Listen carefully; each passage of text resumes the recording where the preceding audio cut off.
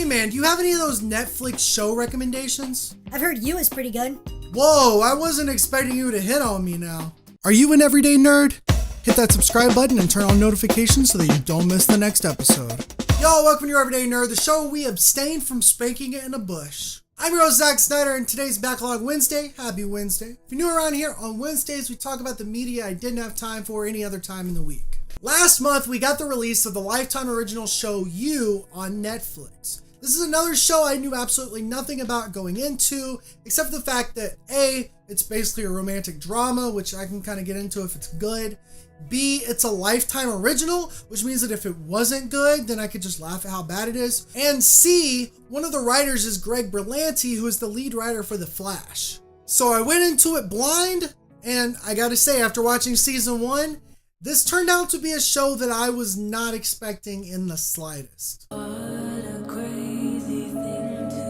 If I just keep being the perfect boyfriend, you'll realize I'm not a maybe. I'm the one. You is what you get when a psychological thriller has a baby with a romantic comedy. Based off of a novel, You is about a bookstore manager named Joe who is infatuated with a writer named Beck as we see their relationship unfold. Now, I want to try to keep spoilers to a minimum here, but I fully recommend going into this show knowing as little as possible. So if you haven't seen it, definitely go check out at least the first episode. But anyways, let me tell you about why this show is really good. So at first, we get the perspective of Joe, this bookstore manager who just met this girl named Beck at the beginning of the first episode. There's this first person monologue thing that happens throughout the entire show, which is a technique that I really enjoy. But what's important here is that Joe seems sweet and innocent. Joe has this almost love at first sight thing with Beck, and he basically develops a crush on her from the very get-go. But then a few minutes into the pilot and you realize, wait a second, there's something off about Joe. Joe starts using social media to learn things about Beck. That's normal, right?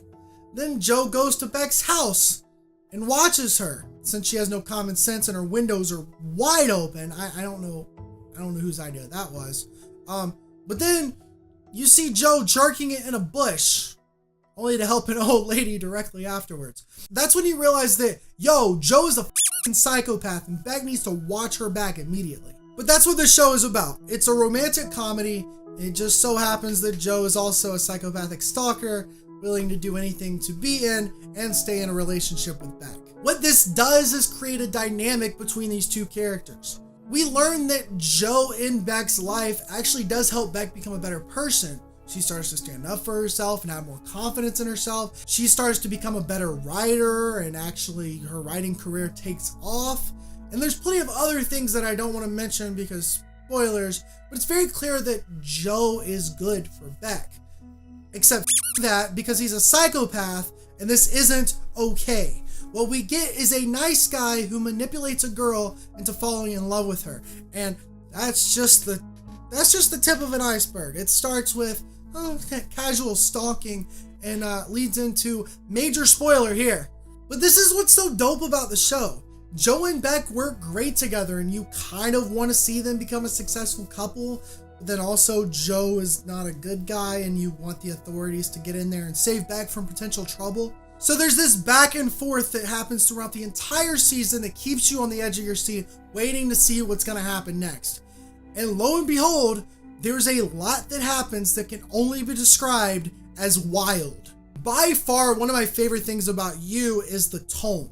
It's able to have this serious angle with crazy shit happening all the time, while also having some genuinely funny moments that don't feel out of place. One of my favorite scenes is when Joe is making out with Beck, but he has to hide some of her stuff that he stole because he's a stalker. Again, not okay. But this scene is really good because it's choreographed really well. And then there's a few other scenes like this that are both tense and comedic. The acting is mostly solid, especially the actors for Joe and Beck. We also have John Stamos in here, which was really random and surprised me. But he plays in the later half of the show and he's great. Some of the supporting characters are good, while honestly other ones are pretty bad. Beck's friend Peach, she's good. Beck's other friends, they're kind of bad. This dude named Benji, he's pretty good. This dude named Ethan, he's pretty bad. So there's definitely a mix of which characters were and weren't written well, while also which actors were good and which actors were bad. I hate that it's a mix, but for the most part, it's good. Other than that, the only main issue I had with the show is that they tease these hints of Joe's past, but they don't really give us enough to work with. Joe works at a bookstore that's owned by an older guy named Mr. Mooney, and there's some really interesting character development surrounding their relationship, but we don't get nearly as much of it as I had wanted to. There's also Joe's ex-girlfriend that proves to be an extremely important part of the show, but I can't say much about that without going into spoilers, and honestly, there's a lot of loose ends with her character too. With all that being said, there is a season 2 in the works, being produced by Netflix this time, and that's supposed to come out this year. I'm really excited about it. I am a bit concerned as to whether it will live up to how good season 1 was, but if anything, hopefully we get those loose ends tied up. I might also read the books. There's 2 of them, and there's some slight differences apparently from the books on the show, as there usually is, and I really want to get back into reading soon, so that could be a good book to start with. Either way, if you couldn't tell, I highly recommend this show. There's only 10 episodes, it's a quick binge, and you better believe that I'll be covering season 2 when it comes out. Well, I guess I'm a sellout now. Today's episode of Your Everyday Nerd is brought to you by Humble Bundle Monthly. We all want brand new games at a cheap price without doing any work. Well, there's never been an easier way than with Humble Bundle Monthly. On the first Friday of every month, you'll get a brand new bundle of great games to add to your Steam library for only $12. Last month, subscribers got Just Cause 3, Project Cars 2, and 7 other games. With Humble Monthly, you also get access to the Humble Trove with over 60 other DRM-free games you can download straight to your computer and play anytime, as well as an extra 10% off on the rest of the Humble store as long as you're subscribed.